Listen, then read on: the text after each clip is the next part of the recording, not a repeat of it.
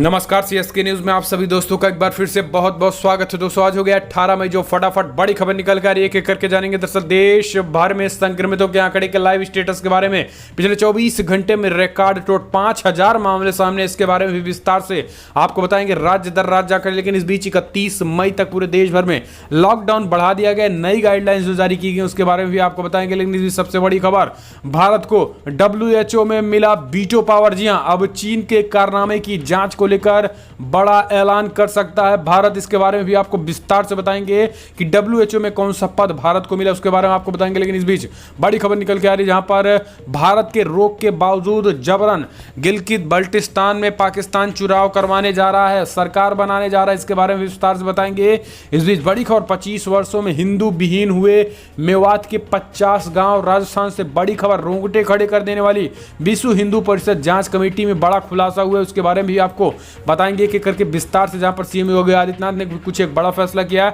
इस बीच अफरीदी के विवादित बोल के बाद भारतीय क्रिकेटरों ने एक के बाद एक गौतम गंभीर के साथ साथ ही युवराज सिंह, हरभजन सिंह, इसके साथ जडेजा ने भी जमकर लथाड़ लगाई, उनके बारे में विस्तार से बताएंगे। इजराइल के प्रधानमंत्री नेतन्याहू बन गए हैं फिर से प्रधानमंत्री, पीएम मोदी ने भी उनको बधाई दी, इसके बारे में विस्तार से आपको बताएंगे। लेकिन उससे पहले छोटा सा निवेदन, अगर आपने चैनल को अभी तक सब्सक्राइब नहीं किया तो प्लीज सब्सक्राइब के लाल बटन दबाकर चैनल को सब्सक्राइब कर। अगर आप भी मानते हैं कि पीएम मोदी के नेतृत्व में देश कोरोना को हराएगा तो वीडियो को लाइक करके अपना समर्थन दर्ज करें। दरअसल पहली बड़ी खबर निकल के आ रही है, आपको बता दें कि देश भर में संक्रमितों का आंकड़ा हुआ 95,000 को पार। जी हां, अब तक 95,648 मामले सामने आ चुके, जबकि टोटल कल 5,000 मामले सामने आए हैं, जबकि मृतकों की संख्या 3,025 हो चुके हैं। महाराष्ट्र की बात करें तो 2347 मामले कल ही सामने आए, तो टोटल 33,000 मामले आ चुके हैं, जबकि मृतकों की संख्या बात करें तो 1100 को पार कर गई है। गुजरात में कल 391 मामले सामने आए हैं, तो टोटल 11,380 हो गए, जबकि तमिलनाडु में भी 639 मामले सामने आए हैं, टोटल 11,000 के आंकड़े को पार कर गए। जबकि दिल्ली में कल 422 मामले सामने, टोटल 97 आंकड़े आए हैं। राजस्थान में 242 मामले सामने, मध्य प्रदेश में 187 मामले सामने आए, तो टोटल 5,000 आंकड़े हो गए। जबकि उत्तर प्रदेश में भी 206 मामले सामने आए हैं, टोटल 4464 मामले यूपी में हो चुके, जबकि पश्चिम बंगाल में भी 101 मामले सामने आए हैं, टोटल 2677 हो गए हैं। आंध्र प्रदेश में 25 आए, 50 पंजाब में 18 मामले आए, तेलंगाना में 42 आए, बिहार में भी 106 मामले सामने, टोटल 1284 हो गए हैं। जम्मू कश्मीर में भी 62 मामले सामने आए, कर्नाटक में 55 आए, हरियाणा में 23 मामले सामने, तो टोटल 910 मामले हो चुके हैं। ओडिशा में 91 मामले सामने आए, तो टोटल 828 हो गए, जबकि केरला में भी 14 मामले, झारखंड में 6, असम में 8, उत्तराखंड में कल 1, हिमाचल प्रदेश में 2, जबकि छत्तीसगढ़ में भी 2 मामले सामने आए। गोवा में कल 9 मामले, सबसे ज्यादा मामले आए। तो ये राज्य दर राज्य आंकड़े। फिलहाल हम चलते हैं अगली बड़ी खबर, देश भर में 31 मई तक लॉकडाउन बढ़ गया, आप सभी को पता तो चली गई, लेकिन आपको बता दें कुछ नई गाइडलाइंस जारी की है केंद्र सरकार ने। जी हाँ, आपको बता दें कि नई गाइडलाइंस में वही पुराने चीज़ बंद रहेंगे, जैसे अंतर्राष्ट्रीय और घरेलू यात्री विमानन अभी भी बंद रहेंगे, cinema hall, shopping mall, gym, swimming pool, entertainment park, theatre, auditorium, assembly hall पूरी तरीके से बंद रहेंगे। School, college, education, training, coaching institute सब बंद, होटल, बार भी बंद रहेंगे। राजनीतिक, धार्मिक, सांस्कृतिक, सामाजिक कार्यक्रमों में अभी भी जमावड़ा नहीं लगेगा। लेकिन 31 मई से जो कुछ खुलने वाला, आपको बता दें कि इनमें से अब राज्य सरकारों के बीच आपसी सहमति बन जाती है, तो 2 राज्यों के बीच बस और ट्रेनों की गाड़ियों की आवाजाही आ सकेगी। सरकारें अपने स्तर पर फैसला ले सकेंगी। रेड जोन, ग्रीन जोन और येलो जोन सरकार अपने अकॉर्डिंग बना सकती है, अपने कंटेनमेंट जोन के हिसाब से अपना निर्णय कर सकती है। रेस्टोरेंट से कुछ विशेष तरीके से डिलीवरी हो सकती है, होम डिलीवरी, खास करके जो वहीं जहां होटल चालू रहेंगे, जहां health, police, government officials, health workers आदि लोग रहेंगे। बस डिपो चलने वाले कैंटीन और रेलवे स्टेशन, एयरपोर्ट पर चलने वाली खाने पीने की भी दुकानें खुली रहेंगी। ग्रीन जोन, ऑरेंज जोन के तो खुद राज्य तय ही करेंगे। इस बीच शाम 7 बजे से सुबह 7 बजे कर्फ्यू जारी रहेगा। बच्चों बुजुर्गों को घर में रहने के लिए ये बातें कही गई हैं। दफ्तर में आरोग्य सेतु जरूरी है, तो ये सब कुछ नई गाइडलाइन जारी की गई हैं।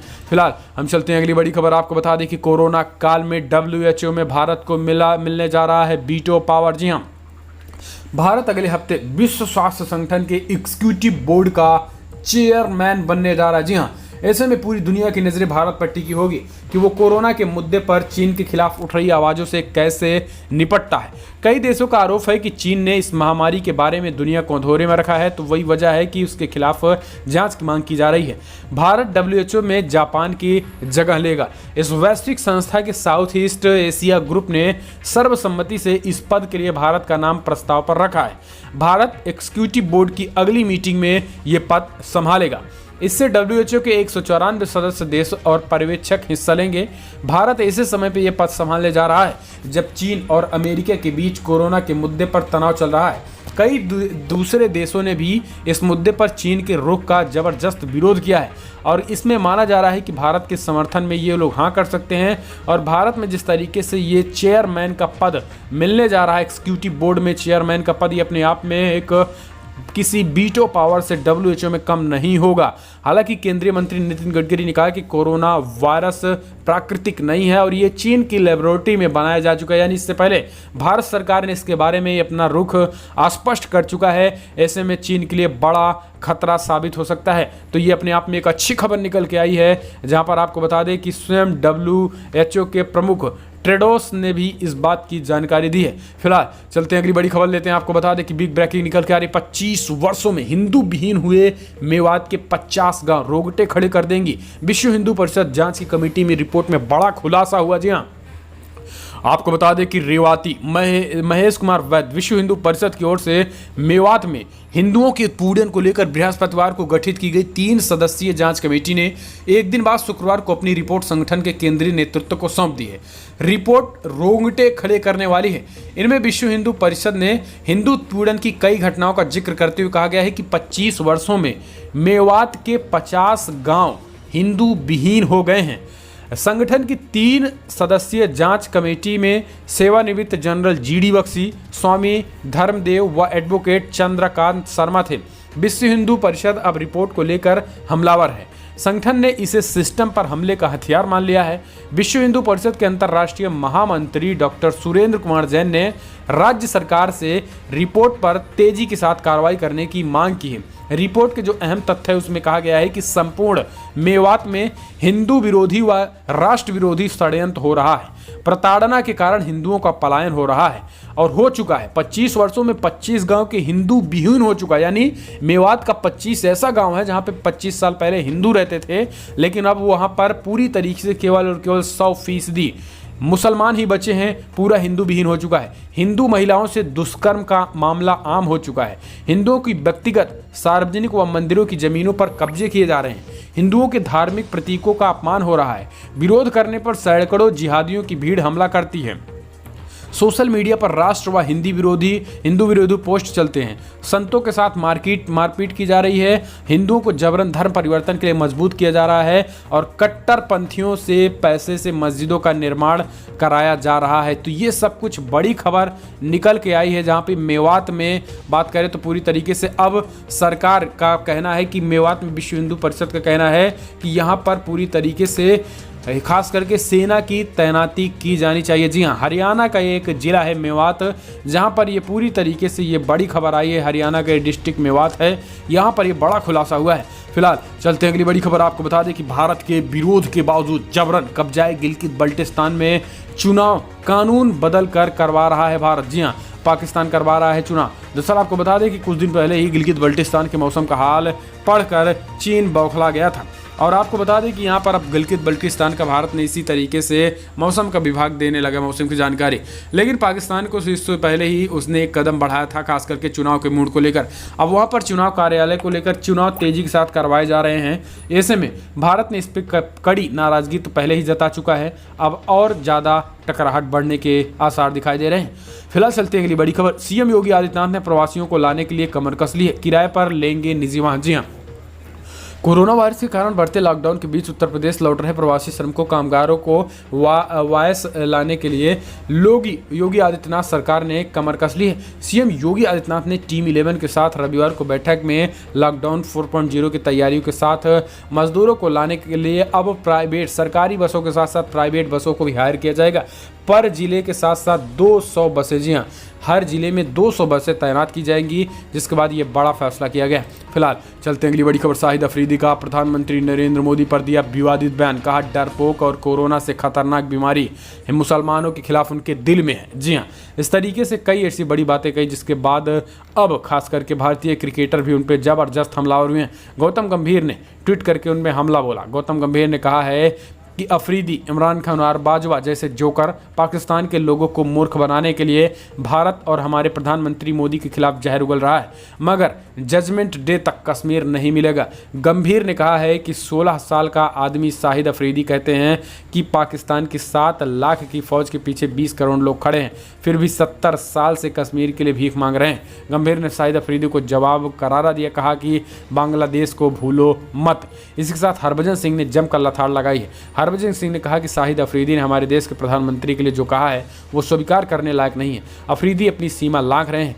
हरभजन ने कहा है कि आज या कल अगर देश को कभी भी उनकी ज़रूरत हो तो भले ही सीमा पर वो अपने देश की खातिर बंदूक भी उठाने के लिए तैयार हैं। तो ये हरभजन सिंह ने कही है। वहीं अब युवराज सिंह को भी पछतावा हो रहा है, जो उन्होंने पाकिस्तान की मदद करने की बात कही थी। युवराज ने ट्वीट करके कहा, कड़े शब्दों में इसकी निंदा का। उन्होंने कहा, प्रधानमंत्री मोदी पर दिए गए बयान से मैं आहत हूँ। एक जिम्मेदार नागरिक होने के नाते मैं ऐसे शब्द स्वीकार नहीं कर सकता। मैंने इंसानियत के तौर पर पाकिस्तान की मदद की अपील की थी, लेकिन अब ऐसा कभी नहीं करूँगा। तो इस तरीके से युवराज सिंह ने भी उन पर लताड़ लगाई। तो ये बड़ी खबर निकल के आई। फिलहाल हम चलते हैं अगली बड़ी खबर। इजराइल में एक बार फिर से बेंजामिन नेतन्याहू बन गए हैं प्रधानमंत्री। तो पीएम मोदी ने अपने दोस्त को ट्विटर पर दी बधाई। जी हाँ, आपको बता दें कि बेंजामिन नेतन्याहू एक बार फिर से गठबंधन के नेता के तौर पर प्रधानमंत्री बन गए, जिसके बाद पीएम मोदी ने ट्वीट करके लिखा है कि मैं आपको और बेनी गांजा को शुभकामनाएं देता हूं। भारत इजराइल रणनीतिक साझेदारी को और मजबूत करने के लिए आपकी सरकार के साथ मिलकर काम जारी रखेगी। जिसके बाद पीएम मोदी की इस ट्वीट का ज़्यादा देर न लगाते हुए 1 घंटे के अंदर बेंजामिन नेतन्याहू ने रिप्लाई दिया और कहा, मैं भारत, हमारे पक्के दोस्त, पक्के मित्र प्रधानमंत्री मोदी जी, मैं आपको धन्यवाद करता हूं और भारत इसी तरीके से, भारत और इजराइल एक दूसरे के हाथों में हाथ डालकर चलता रहेगा। फिलहाल हम चलते हैं अगली बड़ी खबर। IRCTC में बदला नया नियम। टिकट बुकिंग से पहले आपको एक और विकल्प का सामना करना पड़ेगा। जी हाँ, आपको बता दें कि आपको बेंगलुरु जाने वाली विशेष रेलगाड़ी के यात्रियों द्वारा क्वारंटाइन से जाने से इनकार करने के बाद अब IRCTC ने अपनी वेबसाइट में नया विकल्प जोड़ दिया है। IRCTC ने फैसला किया है कि जो लोग गंतव्य राज्यों के क्वारंटीन सेंटर के प्रोटोकॉल का पालन करने पर सहमत होंगे, उन्हें ही वो अपने पोर्टल पर टिकट बुक करने की अनुमति देंगे, वरना नहीं देंगे। कई लोगों ने अपने गंतव्य स्थान तक पहुंचने के बाद सरकार से आनाकानी करने लगे। पुलिस प्रशासन से कहा कि हम क्वारंटीन सेंटर में नहीं जाएंगे, जिसके बाद अब रेलवे विभाग ने एक नया ऑप्शन जोड़ दिया, यानी घर पहुंचने के बाद अगर आप क्वारंटीन में होंगे तभी आपको टिकट बुकिंग करने दिया जाएगा। तो ये भी एक बड़ी खबर है। फिलहाल चलते अगली बड़ी खबर। कोरोना संकट के संक्रमण के दौरान मध्य प्रदेश सरकार ने 6500 कैदियों को रिहा किया। जी हाँ, आपको बताएं कि कोरोना संक्रमण के खतरे को देखते हुए जेलों में भीड़ कम करने के लिए सुप्रीम कोर्ट की ओर से सभी राज्यों एवं केंद्र शासित प्रदेशों को जारी निर्देश पर अमल करते हुए मध्य प्रदेश सरकार ने सूबे की जेलों से अब तक करीब 6500 कैदियों को रिहा कर दिया है। मध्य प्रदेश के जेल उप निरीक्षक संजय पांडे ने इस बात की जानकारी दी कि कोरोना के कारण ये सब किया गया है। फिलहाल हम चलते हैं अगली बड़ी खबर। आपको बता दें कि गोवा में प्रवेश करने पर लगेगा 2000 कोरोना जांच शुल्क। जी हां, आपको बता दें कि गोवा ने एक नया सिस्टम लगाया है। दरअसल अभी तक गोवा कोरोना फ्री हो गया था, लेकिन अचानक 9 मामले कल सामने आने के बाद गोवा में हड़कंप मच गया और गोवा ने स्पष्ट तरीके से निर्देश जारी किया है कि जो भी व्यक्ति गोवा में एंट्री करता है उसको 2000 रुपये देना होगा और उसकी तत्काल कोविड-19 की जांच होगी और जांच के बाद अगर आपको कोरोना मिलता है तो एंट्री नहीं मिलेगी और अगर आपको कोरोना नहीं मिलता है तो ही एंट्री मिलेगी। तो ये खास करके गोवा सरकार ने ये बड़ा फैसला किया है। फिलहाल हम चलते हैं अगली बड़ी खबर। संक्रमण रोग के खिलाफ भारत सरकार की युद्ध स्तर पर तैयारी शुरू, ब्लॉक स्तर पर बनाई जाएगी लैब। जी हाँ, वित्त मंत्री निर्मला सीतारमण ने 20 लाख करोड़ के आर्थिक पैकेज में 5वीं और आखिरी चरण की घोषणाओं के दौरान बड़े फैसले और बड़ा ऐलान किया है। वित्त मंत्री ने कहा कि ग्रामीण स्तर पर स्वास्थ्य के क्षेत्र में बढ़ावा देंगे। उन्हें ऐलान किया कि सभी जिलों में संक्रमण रोग पर ब्लॉक स्तर पर पब्लिक हेल्थ लैब बनाई जाएगी। वित्त मंत्री ने कहा कि ब्लॉक जिला स्तर पर अस्पतालों को लेकर आत्मनिर्भर होंगे, लैब नेटवर्क को मजबूत किया जाएगा। इसके साथ ही हेल्थ और वेलनेस सेंटर को बढ़ावा दिया जाएगा, यानी अगर आप आने वाले 1 से 2 महीने बाद ब्लॉक स्तर पर भी कोरोना का जांच शुरू हो जाएगा। तो ये एक भारत सरकार ने बड़ा फैसला किया है। हम चलते हैं अगली बड़ी खबर दुनिया भर में जो आंकड़े निकल के आ रहे हैं, एक नज़र जानते हैं। दरअसल दुनिया भर में अब तक 46,64,000 कन्फर्म केसेज आ चुके हैं। जी हाँ, 46,64,000 केसेज, जबकि मृतकों की संख्या 3,12,000 को पार कर गई है। यूनाइटेड स्टेट की बात करें तो 15 लाख के आंकड़े को पार कर गया, जबकि मृतकों की संख्या 90,000 को पार कर गई है। रसिया में भी 2,81,000 कन्फर्म केसेज आए हैं, जबकि यूनाइटेड किंगडम में 2,40,000। आपको बता दें कि रसिया में भारत जैसा माहौल है और अभी तेजी के साथ आंकड़े बढ़ रहे हैं, जबकि यूनाइटेड स्टेट में अब ये जो पीक का जो ग्राउंड था वो धीरे धीरे नीचे गिर रहा है। यूनाइटेड किंगडम में भी नीचे आ रहा है। तो ब्राजील में 2,33,000 मामले आए, यहाँ पर भी तेजी के साथ आंकड़े बढ़ना शुरू हो गया है। इस बीच स्पेन, इटली, जर्मनी में भी आंकड़े नीचे गिरना शुरू हो गए हैं। तुर्की में भी आंकड़े नीचे गिर रहे हैं, 1,48,000 मामले आए। तो ये पूरे दुनिया भर का आंकड़ा फिलहाल बड़ी खबरों में इतना। लेकिन अगर आपको वीडियोस पसंद आए तो लाइक कीजिएगा, कमेंट के माध्यम से अपनी राय देना ना भूलें। और अगर आप भी मानते हैं कि चीन के खिलाफ बड़ी जांच करनी चाहिए WHO में वीटो पावर मिलने के बाद भारत को, तो इस वीडियो को दिल से लाइक कीजिएगा। अगर आप भी एकदम प्रसन्न हैं WHO में एग्जीक्यूटिव बोर्ड के चेयरमैन बनने से, तो दिल से लाइक करके ज़्यादा से ज़्यादा इस वीडियो को फैला दो, ताकि लोगों को भारत की ताकत पता चल सके। फिलहाल इस वीडियो में जय हिंद, वंदे मातरम।